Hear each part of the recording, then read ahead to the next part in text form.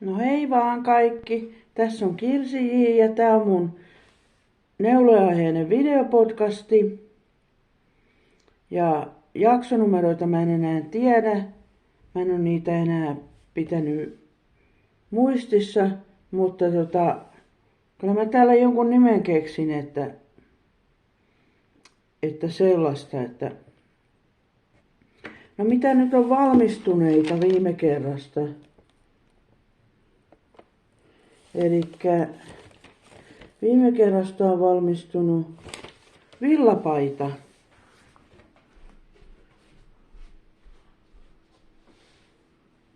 Römsöpaita.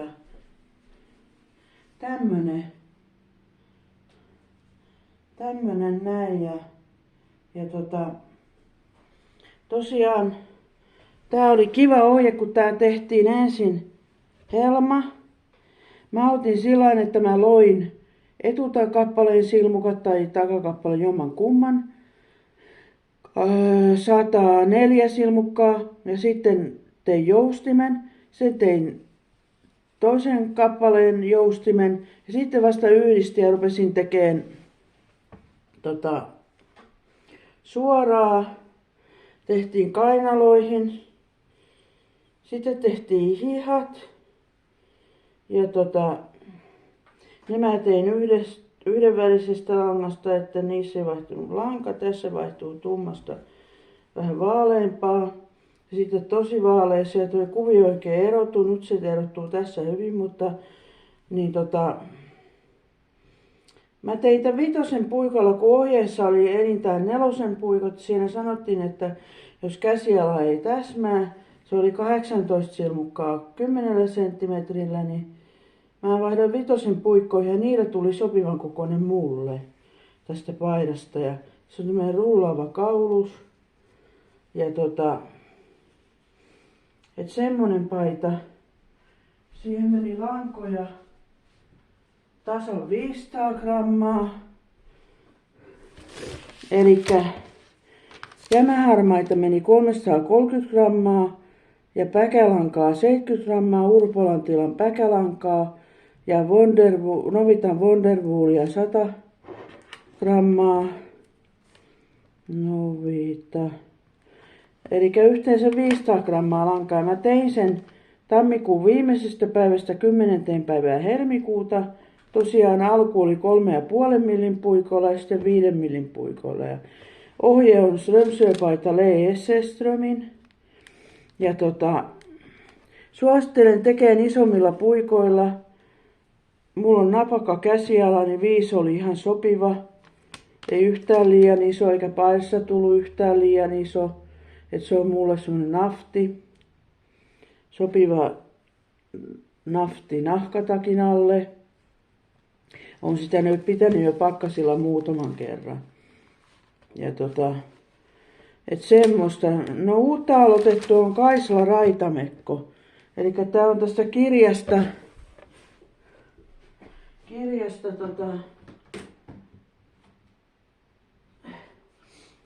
Veera Välimäen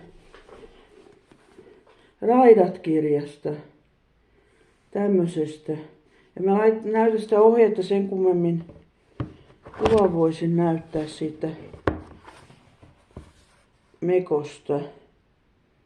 Onko se sitten toi? On. Se on tää. Tommonen Kaisla-mekko. Tai se nimi on Kaisla. Ja tästä tonne Mä aloitin tekemään jämäpuuvillasta. Se aloitettiin olkapäistä. Ja ensin tehtiin etukappaleen olkapäät ja yhdistettiin ne. Ja mä oon Nurjalla neulonut, niin se on sitä epätasasta. Sitten kun neuloo pelkkää oikeeta, se on tasaisempaa, täytyy kastella tää. Sitten yhdistettiin etu- ja takakappale, kun oli tehty taas takakappaleen olkapäät. Ja sitten ruvettiin tekemään pyörönä tätä.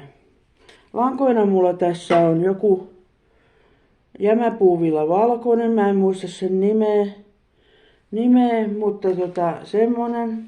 Sitten mulla on sinistä jotain jämälankaa tossa, vaaleampaa ja tummempaa sinistä, ja sitten on tuolla Novitan Cotton Feeliä, Natural Collectorin, tämmöstä sinistä, noin, tällaista, ihanan sinistä. Ja sitten muuna lankana mulla on valkoisen nyt jatkossa tämmönen Svartavoretin lisälanka värissä 385004. Ja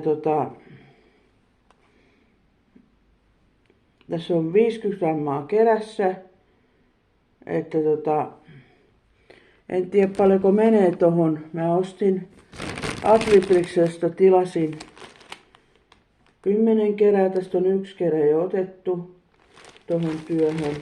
Ja 10 kerää tilasin.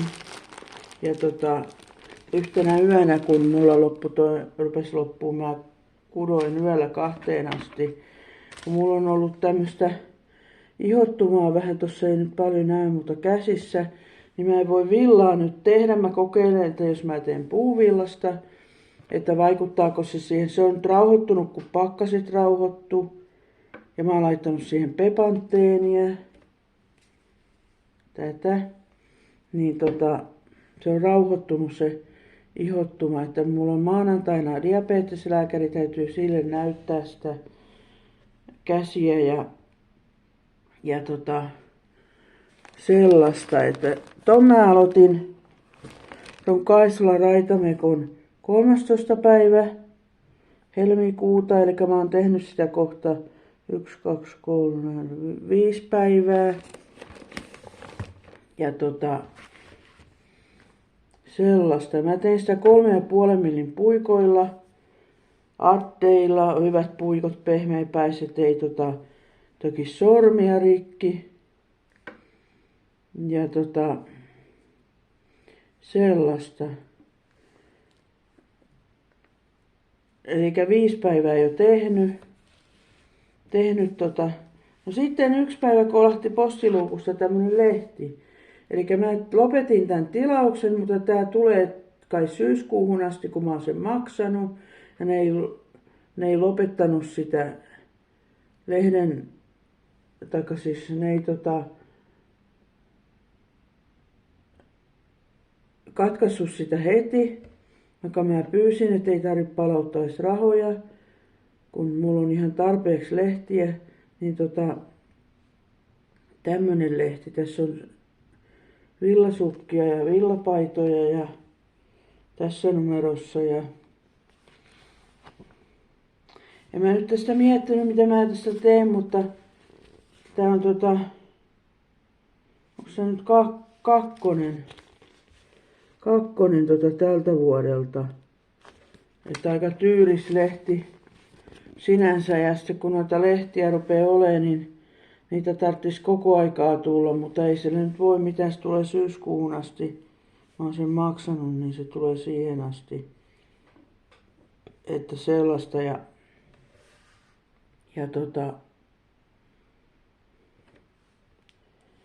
mitä sitten muuta? No keskeneräisiä on palatossut ja virkatut takki ja isoäidinraita peitto. Että sen peiton mä oon aloittanut tammikuun 29. päivä ja palatossut 27. päivä. Ja sen takin mä oon aloittanut jo 2.9. eli se ei ole kyllä edistynyt, siinä on etu- ja takakappale, niin se ei ole edistynyt siitä yhtään. Yhteisneulonta, virkausneulonta ja loppu, virkauskali loppu. Että se arvontakin taisi olla jo, en muista, se taisi jo olla. Ja sitä Virkkuumaniassa sitä piti. Voihan sitä silti tehdä paitaa, tai sitä takkia edelleen, eihän se kiellettyä ole. Ja sellaista ja Mitäs sitten muuta? Nyt mä tällä kertaa tein taas tän yhdellä otolla, kun se ei ollut hyvä se pätkitty juttu. Se oikein onnistunut, niin mä teen tän yhdellä otolla. Kellokin tossa näköjään käy aikaa, että sellaista. Mutta ei tässä kai muuta tällä kertaa. Käsityöasioita. Muita asioita ei oikeastaan oo. Onhan niitä kaikenlaista juttua, mutta eihän niitä nyt täällä YouTubessa käsityökanavalla kaikkia kerrota, että on sitä omaakin elämää. Ja ei tässä muuta tällä kertaa, että heippa, että ensi kertaan taas, moi!